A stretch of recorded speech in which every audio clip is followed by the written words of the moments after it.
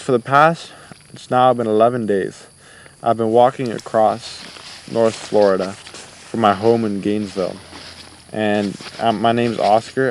I'm a recent graduate from Eastside High School in Gainesville. And I really started this because I realized that we really need to preserve Florida's natural heritage for future generations. So on March 7th, as the Florida's legislator starts its session, I'm going to be walking up the steps of the state capitol in Tallahassee.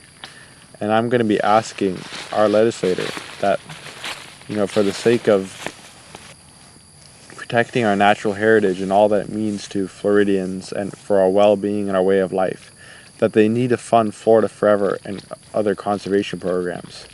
In the last month, 19-year-old Oscar Psychas raised over $2,000 and spent 3 weeks hiking 300 miles from Gainesville to Tallahassee to meet with state legislators about increasing funding for conservation. Oscar is no stranger to hiking. He's been hiking for years. Most days, it's a simple routine. You wake up, the mornings are still kind of cold, and you have coffee and grits so you get on the trail. And usually I try to get to camp by 4, but I always seem to end up getting there really late. And then night falls and the sky, the stars are usually awesome. You see Orion and everything overhead. And so I woke up in the morning and I met up with 2 guys who were from the Midwest that were hiking. They were actually hiking the entire Florida Trail, and one of them was going up to the Appalachian Trail. And, we were just it was a gorgeous morning. There's woodpeckers all around us, and, the sun was rising over the Swanee. We just kind of shot the breeze, and, we had been with each other for a couple of days, so, just kind of that trail camaraderie. Oscar's family joined him on parts of the trail. They even helped to replenish his food supply.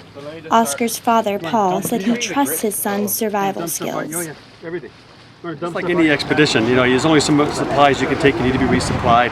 We've been coming out on the weekends to give them a new stock of food and give them a little, moral support, walk with them for a while. He's always been kind of active and outdoorsy. At the same time, I think we're a family of 6. Of all of us, he's probably in some ways the most intellectual. He's a big reader, big thinker, always thinking about the big picture, really cares a lot about the situation of the world. And he always has. Since he was a little kid, he'd walk around with his favorite book was a science encyclopedia. I mean, he just, he's an outdoorsy nerd or something, So this is kind of in some ways just an extension of that. In an hour and a half. A mile and a half. So it's about.